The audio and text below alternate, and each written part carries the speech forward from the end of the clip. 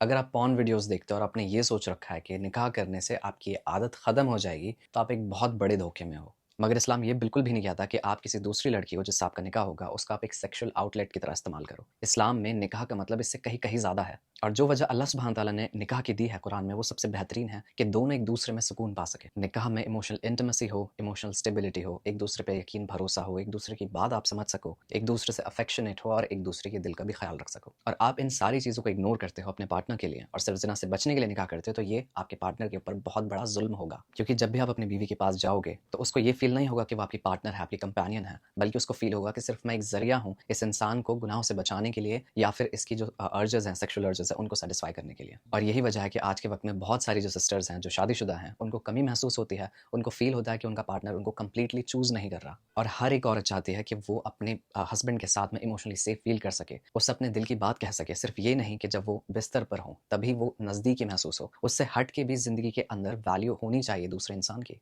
और जब किसी भी औरत को ये महसूस हो कि वो अपने हस्बैंड से कनेक्ट तभी हो पा रही है, जब वो एक-दूसरे के साथ सोते हैं, ना कि ज़िंदगी के बाकी नॉर्मल सिचुएशंस में, तो उसको अकेला फ़ील होता है। निकाह करने के बाद भी अकेला फ़ील होता है। और ये जो अकेला फ़ील होना है, ये और ज़्यादा बुरा है क्योंकि कोई शादीशुदा है, तब भी उसको अकेला फ़ील हो रहा है। एक और जो अनहेल्दी चीज़ है कि इससे आपका पार्टनर बोझ फ़ील करने लगता है आपके सिन्स के लिए, कि आप किसी गलत काम में ना पड़ो, आप पोर्नोग्राफ़ी में ना पड़ो और ये जो ज़िम्मेदारी है आपके गुनाहों को सही करने की, आपकी बीवी पर जाएगी, जो उसकी ज़िम्मेदारी नहीं है, वो आपका सिर्फ़ साथ दे सकती है। वो आपके गुनाहों को आपसे दूर नहीं कर सकती। और अब हम बात करते हैं पॉर्न एडिक्शन की, तो निकाह करने से फ़िक्स नहीं होता है, बल्कि बढ़ और जाता है क्योंकि जो-जो चीज़ें आप निकाह करने से पहले कर रहे थे, अकेले कर रहे थे, ये सारी चीज़ें आप अपनी वाइफ़्स के साथ करोगे और अनरियलिस्टिक एक्सपेक्टेशंस होंगी आपकी अपनी बीवी के लिए। ऐसे बहुत सारे केसेज़ होते हैं जहाँ पे लड़के अपनी बीवियों से वो सारे काम कराते हैं जो उन्होंने अडल्ट कंटेंट में देखी थी करती हुई, और ये जो आपकी बीवी है उस पे ही ज़ुल्म है क्योंकि वो सारी चीज़ें अब नॉर्मल होती हैं। वो नॉर्मल ह्यूमन इंटरैक्शन नहीं है। इससे जो आपकी बीवी है उसको खुद ही पर शक होने लगेगा कि मैं काफ़ी नहीं हूँ अपने हस्बैंड के लिए। तो अगर आप भी सिर्फ़ पॉर्न एडिक्शन से बचने के लिए निकाह कर रहे हो तो प्लीज़ ना करना। ये आपकी अकेले खुद की ज़िम्मेदारी है कि इससे आप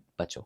आपका पार्टनर सिर्फ़ इतना कर सकता है कि वो आपका साथ दे सकता है, आपको ज़िना से बचा सकता है, मगर इसके अलावा उसकी कोई ज़िम्मेदारी नहीं है। परेशानी ये नहीं है कि आप गुनाह से बचना चाहते हो, मगर आप बाकी जो ज़िम्मेदारियाँ हैं निकाह की, कि आप एक-दूसरे का ख़्याल कैसे रखोगे, अपनी बीवी की ज़रूरतों को पूरी कैसे करोगे, उसको लीड या गाइड कैसे करोगे, जब ज़रूरत आएगी तो उसकी हिफ़ाज़त कैसे करोगे, उसकी फ़ाइनेंशियल नीड्स को कैसे पूरा करोगे। और ऐसे बहुत से रीज़न्स हैं जो निकाह में होने चाहिए, इसी से ही निकाह चलता है। अगर इनको आप नहीं रिज़ॉल्व करते और सिर्फ़ इस स्पेसिफ़िक चीज़ के लिए निकाह करते हो, तो हैरानी वाली बात नहीं है कि आगे जाके आपका निकाह टूट जाए या आप एक-दूसरे से अलग हो जाओ।